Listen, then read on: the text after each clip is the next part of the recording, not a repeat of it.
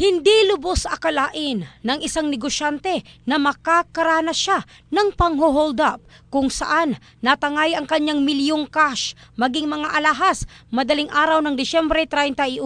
Ibinahagi ng biktima na si Raymark Brua ang CCTV footage ng pag-hold up sa kanya bago pa siya makapasok sa kanyang inuupahang apartment sa Barangay Guadalupe, Cebu City. Ayon sa biktima, bumaba siya ng gate upang ito'y buksan at ipinasok ang kanyang sasakyan. Bumaba siya ulit upang masara ang gate. Ngunit hindi na niya ito nagawa dahil pinababalik siya ng mga holdupper sa kanyang sasakyan at doon na nilagyan ng tape ang kanyang bibig at mga kamay. Nakuha ng mga suspect mula sa kanya ang 2.5 million pesos na cash na inilagay niya sa brown na paper bag, mga alahas, iba't ibang cards maging mga importanteng IDs. Matapos nito ay kaagad nang umalis ang mga suspect. Sinabi ng biktima na hindi niya naideposito ang pera dahil close pala ang bangko at sanay na din siyang magdala ng pera dahil kadalasan every 2 weeks siyang pumupunta ng Hong Kong upang doon mamili ng kanyang mga ibinebentang cellphone. Nasa 3 individual na sakay umano ng motorsiklo